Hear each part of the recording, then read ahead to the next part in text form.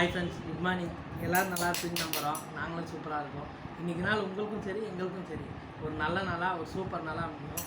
இன்றைக்கி ஞாயிற்றுக்கிழமை, என்னடா ஞாயிற்றுக்கிழமையும் வேலை செஞ்சுட்டு இருக்கோம் அப்படின்னு பார்ப்பீங்க. ஆமாம், இப்போ சூழ்நிலை அப்படி தான்.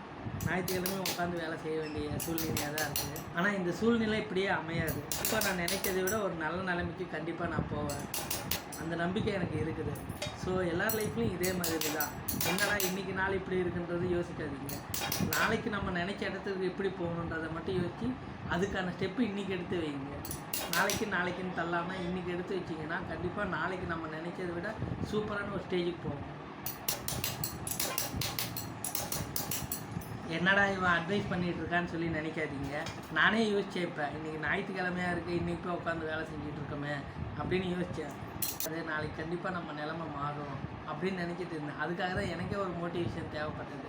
அதுக்காக தான் சின்னதாக ஒரு வீடியோ எடுத்து போட்டேன். வீடியோ எப்படி இருக்குதுன்னு பார்த்து கமெண்ட்டில் சொல்லுங்கள். இன்றைக்கி ஞாயிற்றுக்கிழமை யார் யார் வேலைக்கு போகிறீங்க, என்ன வேலைக்கு போகிறீங்கன்னு கமெண்ட்டில் சொல்லுங்கள். நெக்ஸ்ட் வீடியோவில் பார்க்கலாம். பாய்.